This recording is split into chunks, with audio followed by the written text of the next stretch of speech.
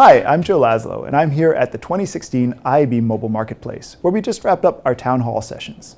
IAB town halls bring industry leaders together to discuss major issues, challenges, problems, and opportunities, and to help set the IAB's agenda on these topics, guiding the industry towards further growth.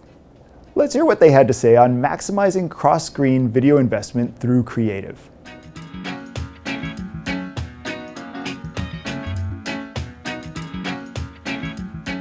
Hi, I'm Webster Lewin. I'm a strategist in mobile and social media. I work with brands and publishers, and my company is called WLOGLOBAL. And we just had a great town hall on mobile video, and David was the moderator for it. It was a really great town hall, I think, overall. Yeah, I thought it was great. Hey, I'm David. I'm with Creative at Tapad. And yeah, like Webster was saying, we just had a great town hall on cross-device video and creative.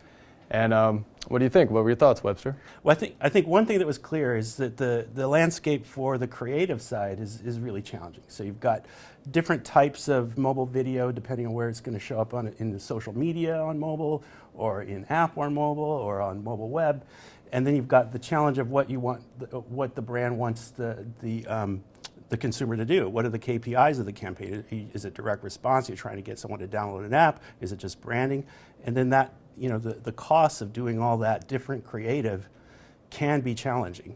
It can be very challenging. I think a lot of creatives, especially when we mix in programmatic, a lot of the creatives up at the top of the funnel with the brand aren't necessarily working to architect creative solutions that would fit cross-device programmatically. So in the sense that still a lot of times you still have a television commercial that's being run programmatically on interactive devices, and it's still a television commercial. There's a lot of room for improvement there. There's also a lot of challenges and headaches for creatives trying to get the right creative into the right device at the right time. It's very complex. There's a lot of permutations, a lot of things that could go on behind the scenes, which costs a lot of money to get done.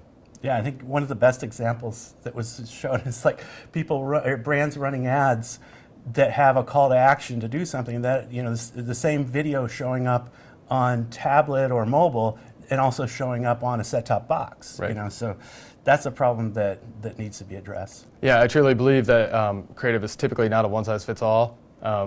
Aside from a standard pre-roll, which is very liquid in nature and can go across all the devices.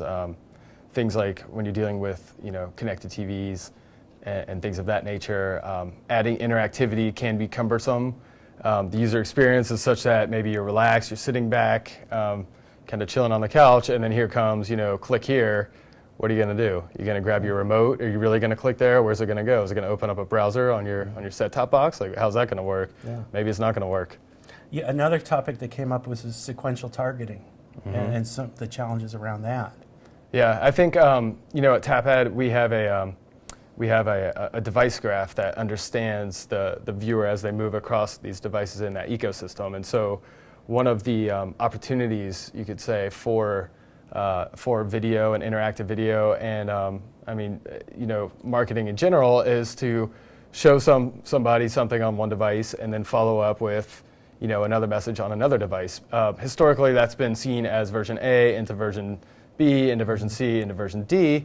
But when we mix in the ability with cross-device, different devices, different interactive options, different types of video supported, whether it's short or long or vertical, there's a lot of... And also, if it would be possible to identify where the customer is or where the consumer is in the purchase funnel, right?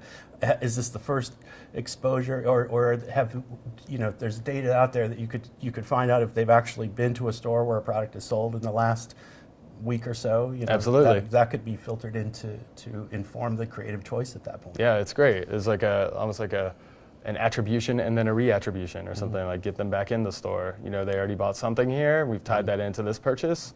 Now's the opportunity. We've seen them again out in the network, let's find them somewhere else. One of the other challenges that came up was with measurement, right? So, I think it's gotten better, but I think there's still, publishers out there that are not able to provide accurate data about how many people have seen their video on their owned and operated properties? Yeah, I think a lot of the problem is that marketers still typically buy, in a single channel approach. They buy TV and they buy desktop and they buy mobile, but they don't converge much. And that's a lot of it's like logistics. It's buying on GRPs versus buying on cookie retargeting versus buying on device IDs, and they don't exactly sync together.